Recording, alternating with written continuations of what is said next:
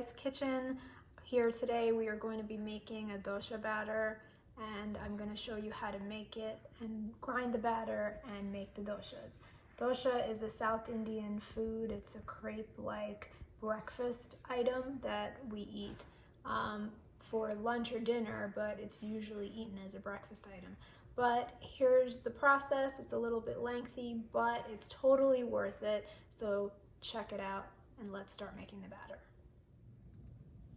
Hi everyone, today I'm going to be making a dosha batter, and for those of you who don't know, doshas are kind of like a South Indian crepe made of rice, and the batter is made of rice and flattened rice and dal, which is lentils. And I have these containers here soaking, and I'm going to go over with you what I have in each of these containers and for how long I'm going to soak them in order to make the batter. So I have my dosha recipe printed out here. Sometimes I refer back to it so that I can be reminded of what I did, and then I sometimes follow along with that, or I just go by what I remember doing. Here I have some idli rice. It's 2 cups of idli rice, which I have soaking in a lot of water, and that'll soften the rice. And then I have some flattened rice here, which in the Indian grocery stores they call it poha, and basically it's the flattened rice that once soaked in all this water and drained, it'll be the puffier consistency, and that's actually what contributes to the light and airy feel of the dosha kind of crepe type looking food. So what this does is gives it that light and airy consistency in that batter. And in here we have some urad dal and some fenugreek seeds. The urad dal is a type of lentil. Fenugreek seeds kind of help with the fermentation process of this batter, because the batter is going to sit for a little bit after we make it, and it'll ferment, and the rise in that batter just lets us know that the batter's ready to make the crepe style doshas. And so this process is pretty lengthy, and that's why you need some prep before you start making the batters into doshas. So that's why I'm going over this with you. Sometimes it's daunting to try to make doshas on your own without a step-by-step, prep and instruction. So next stages will be after this all soaks for 4 to 6 hours. It'll soften, and I'll put it into my blender and grind all the ingredients together after draining the water, and we'll see how those individual batters come out and then combined. Thanks. So in the container of this powerful blender, I have the idli rice on the bottom layer. I've drained that out, and I've actually added it to the blender and just taken out all the excess water. That rice is softer. And here, if you see, the flattened rice, or poha that we call it, is actually puffed up more than before after it's been soaking for about 4 to 6 hours. So we're going to grind all this up with a cup of water according to the recipe, and I will show you how the ground batter looks once we grind up the idli rice with the poha on top. So here I have it. I've added the water to the container where I have the idli rice with the poha in it, and which is the flattened rice. And I'm going to grind this, and I'll show you the consistency once it's done grinding. As you can see, this batter is thin and smooth and kind of watery consistency, but remember, when we are going to grind the lentils, it will be a thicker consistency of batter, and then when we combine these two batters, it'll make the correct amount of pourable consistency for you to make the doshas. So let's continue. Now we're using the same container. You don't need a separate container, but we're using the same container for the dal grinding. And the dal has fenugreek soaking with it, which is lentils with the fenugreek seeds. And so we're going to grind all that next and strain it first, then grind it, and then we will add that batter to the rice batter. So here we have that soaked lentils, the urad dal that we had soaked, along with the fenugreek seeds in there that were also soaked with it, and we have this in the container of the blender, and we're going to add the remaining cup of water that we reserved to this container, and we're going to grind this into a coarser batter. When you grind it, it will be a little more coarse, and we're going to then add this batter into the rice batter that we made earlier.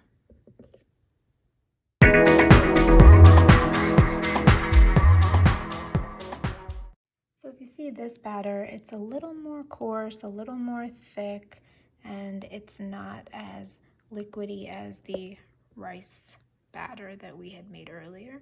So when this combines with that rice batter, it's going to make that batter, the final batter, consistently thicker.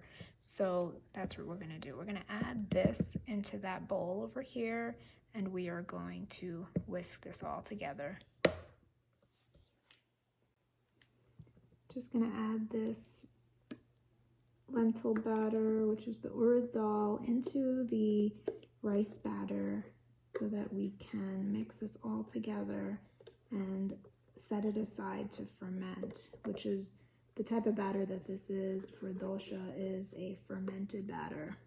So when we let it ferment and it rises, it's going to become light and airy for when we make the crepe style doshas.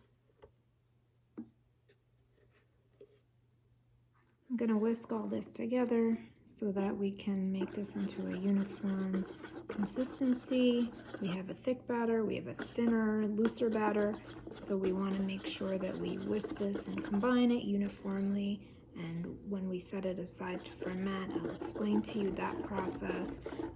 It's pretty quick in terms of just how to ferment, but it takes a long time to ferment. So this batter won't be ready till about 8 to 10 hours later, or even more, because sometimes the temperature outside can affect how this batter ferments and how long it takes for it to be the right consistency. So here we have this batter. If you need to grind it some more thoroughly for the dal to be uniformly incorporated into this rice batter, then please grind it some more. Use discretion with your blender and see how much you need to grind this so that it becomes that uniform mixture. So when we combine those two batters, you see that this pourable consistency is what you want.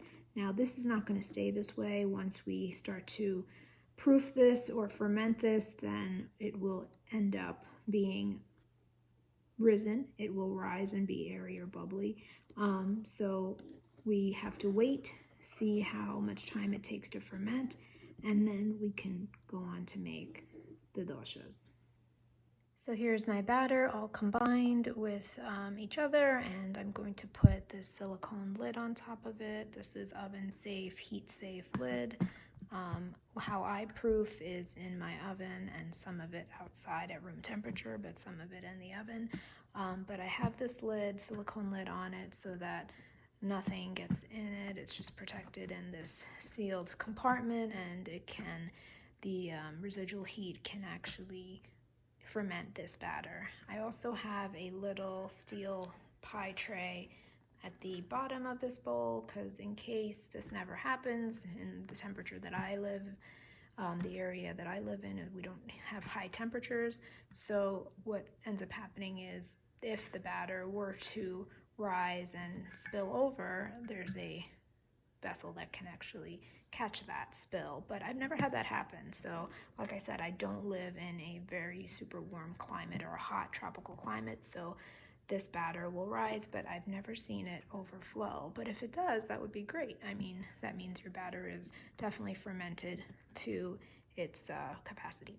So here we go. We're going to put this in the oven to proof and ferment, and I will show you that process next. So if you look in here, I have my whole setup in the oven. It's going to be on proof. The proof setting on my oven keeps the temperature between anywhere from 75 to 80 degrees Fahrenheit, and it does that by the lights in the oven switching on and off so that you can have that rise in your batter, or more for breads or baking when you need to rise your bread or batter from baking.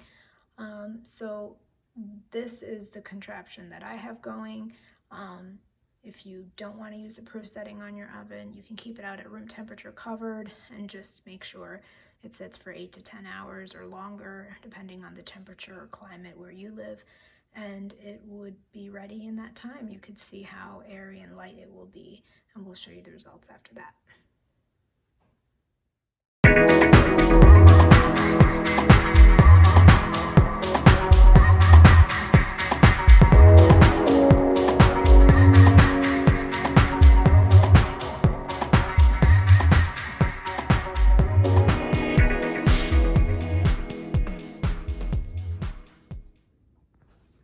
Here we are checking in with the dosha batter that we made yesterday, and it sat overnight. It sat proofing in the oven for a little bit. Try that technique. It's really good and it really works. So I didn't think this batter was going to overflow, but apparently it did. And I'm glad I put that tray underneath. I'm going to hand this over so that this can be cleaned up. And if I put my ladle in to the bowl, it is light and airy, which is exactly the consistency we want. And you can see that air is being pushed down as I mix it. What I'm gonna do now is mix this up and then add some salt. Okay, so now I changed the bowl so that it can be a little cleaner setup for the batter. Bowl is now a glass bowl. It still looks a little risen, but that's great. I pushed a lot of that air down when I mixed it up together, and I'm just going to do a half teaspoon of salt in here. And you want to salt it after it ferments and rises so that it can continue to ferment. And then now I'm just going to whisk this salt inside the batter, into the batter. And we'll be able to make doshas later on. This is ready for you. If you're not using this right away, you can always store this in the refrigerator covered and take it out when you're ready to use it. If you are using this right away, it's ready to go. One more thing about proof setting on the oven. Proofing in the oven, if you don't want to leave this overnight on proof because it will overflow, like I said, then just turn the oven off, keep the whole bowl with the lid, with the plate underneath, inside that oven, because that heat is being retained in the oven. So you might as well keep it in there, let it ferment and proof on its own without proof setting being on. So this is just one way that you can do it. This is the way I do it. My timing for fermentation took about 16 hours. So when I say 8 to 10 hours, that has to be in a really warm climate down south or tropical climates. But for where I live, it does take about 16 hours, but it is pourable consistency. So when I go to make this dosha on the skillet, I'm probably not going to need to dilute this down because it is kind of pourable consistency and spreadable consistency. But if I need to, I can still dilute it further by taking a portion out, diluting with water, and then making the doshas. I'll show you how to make the doshas next. So we're going to test and see if this batter is actually as light and airy as we wanted it after fermentation. So I'm just going to add a little drop of the batter into some clear water, just tap water, and if it suspends, the batter is then ready to go for our dosha making. And it did. You see how that is suspended? That means that batter is perfect for dosha making on our skillet. And next we're going to show you how to do that. So we're going to pour a ladle of this onto a hot skillet. Make sure you have enough batter in the center at first. Make a nice big round in the center. Now we're going to lightly swirl this around and make those little airy crevices that you see here, and make that dosha as big as you can. This is a 10-inch skillet, so we're going to wait till that cooks. I have some coconut oil on the side, and once we see the top is a little bit bubbly and we see the air pockets coming out, we can sprinkle a little bit of coconut oil, and that just gives that added flavor. And the smell of this dosha is really, really appetizing. So we're going to sprinkle some coconut oil on the dosha, crisp up those edges, and then proceed to fold the dosha the way we like it. You can fold it one of two ways. I usually do a semicircle, and that's the way I like to eat it.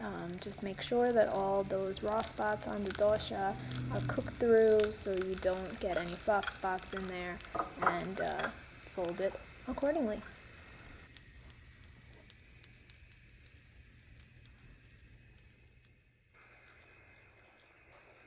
I'm going to fold this dosha in half. There's one of two ways to do it. Either fold it in half or do an envelope fold.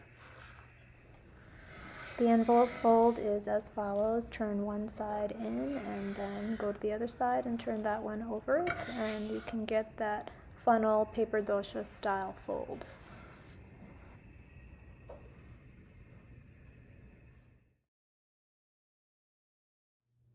So here we have our dosha recipe is complete. We have our doshas cooked right here. I paired it with some sambhar. My sambhar recipe is on dressatspice.com. So go ahead, check it out, try this recipe. And I know this is a pretty lengthy process with the prep and the hours of fermentation that it takes to make a crepe-like dosha, but it's totally worth it. So check it out, see if you can do this or test it out. And how cool was that little dollop of batter in that water and the suspension of it? It's a great lesson for kids too, to get in there and cook and learn about fermentation and how proofing works in your oven. So check it out, dressatspice.com, and like, share, and subscribe. Thanks for watching. See you next time. I'm gonna sprinkle some oil on the top just for that added coconutty essence. And it helps crisp it up a little more.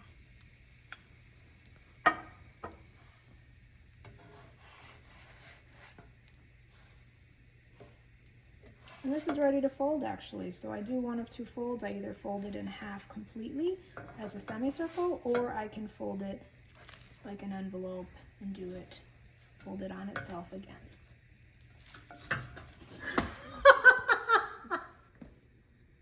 Not like that, boys and girls.